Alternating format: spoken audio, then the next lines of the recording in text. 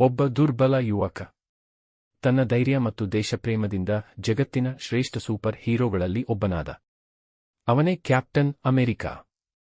1941ರಲ್ಲಿ ಲೇಖಕರಾದ ಜೋ Simon ಮತ್ತು Jack ಕರ್ಬಿ captain America ಪಾತ್ರವನ್ನು ಸೃಷ್ಟಿಸಿದರು. ಅವನು ಮೊದಲ ಬಾರಿಗೆ ಕ್ಯಾಪ್ಟನ್ ಅಮೆರಿಕಾ ಕಾಮಿಕ್ಸ್ 1ನಲ್ಲಿ ಕಾಣಿಸಿಕೊಂಡನು. ಅವನ ನಿಜವಾದ ಹೆಸರು ಸ್ಟೀವ್ ರೋಜರ್ಸ್. ಬಾಲ್ಯದಿಂದಲೇ ಅವನು ದುರ್ಬಲ ದೇಹ ಹೊಂದಿದ್ದರೂ ದೇಶಕ್ಕಾಗಿ ಸೇವೆ ಮಾಡಲು ಬಯಸುತ್ತಿದ್ದನು. ಎರಡನೇ ಮಹಾಯುದ್ಧದ ಸಮಯದಲ್ಲಿ ಅಮೆರಿಕ ಸೇನೆಗೆ ಸೇರುವ ಪ್ರಯತ್ನ ಮಾಡಿದರೂ ಅವನ ದೈಹಿಕ ಸ್ಥಿತಿಯಿಂದ ಅವನನ್ನು ತಿರಸ್ಕರಿಸಲಾಯಿತು. ನಂತರ ಅವನು ಸೂಪರ್ ಸೋಲ್ಜರ್ ಸೀರಮ್ ಎಂಬ ರಹಸ್ಯ ಪ್ರಯೋಗಕ್ಕೆ ಆಯ್ಕೆಯಾಗುತ್ತಾನೆ. ಆ ಸೀರಮ್ನ ಪರಿಣಾಮವಾಗಿ ಅವನ ದೇಹ ಶಕ್ತಿ, ವೇಗ ಮತ್ತು ಪ್ರತಿಕ್ರಿಯೆ ಸಾಮರ್ಥ್ಯ ಅಸಾಮಾನ್ಯ ಮಟ್ಟಕ್ಕೆ ಏರುತ್ತವೆ.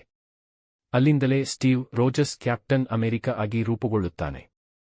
ಅವನ ಪ್ರಮುಖ ಆಯುಧ ಅವನ ವೈಬ್ರೇನಿಯಂ ಶೀಲ್ಡ್. ಅದು ಅತ್ಯಂತ ಬಲಿಷ್ಠವಾಗಿದ್ದು ಗುಂಡುಗಳು ಮತ್ತು ಭಾರೀ ದಾಳಿಗಳನ್ನು ಸಹ ತಡೆಯಬಲ್ಲದು. ಯುದ್ಧದಲ್ಲಿ ಅವನ ಧೈರ್ಯ, ನಾಯಕತ್ವ ಮತ್ತು ನ್ಯಾಯಕ್ಕಾಗಿ ಹೋರಾಡುವ ಮನೋಭಾವ ಅವನನ್ನು ವಿಭಿನ್ನನನ್ನಾಗಿ ಮಾಡುತ್ತದೆ. ಒಂದು ಕಾರ್ಯಾಚರಣೆಯ ವೇಳೆ ಅವನು ಹಿಮದಲ್ಲಿ ಸಿಲುಕಿಕೊಂಡು ಹಲವು ದಶಕಗಳ ಕಾಲ ಕಾಣೆಯಾಗುತ್ತಾನೆ.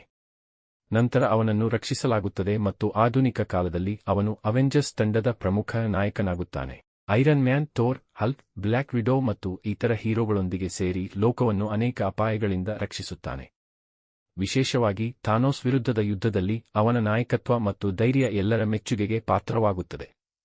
ಕ್ಯಾಪ್ಟನ್ ಅಮೆರಿಕಾ ನಮಗೆ ಕಲಿಸುವ ಪಾಠವೇನೆಂದರೆ, ನಿಜವಾದ ನಾಯಕನಾಗಲು ದೊಡ್ಡ ಶಕ್ತಿ ಬೇಕಿಲ್ಲ, ಧೈರ್ಯ, ಪ್ರಾಮಾಣಿಕತೆ ಮತ್ತು ಸರಿಯಾದದ್ದಕ್ಕಾಗಿ ನಿಲ್ಲುವ ಮನಸ್ಸು ಇದ್ದರೆ ಸಾಕು. ಇದೇ ಕ್ಯಾಪ್ಟನ್ ಅಮೆರಿಕಾದ ಪ್ರೇರಣಾದಾಯಕ ಇತಿಹಾಸ.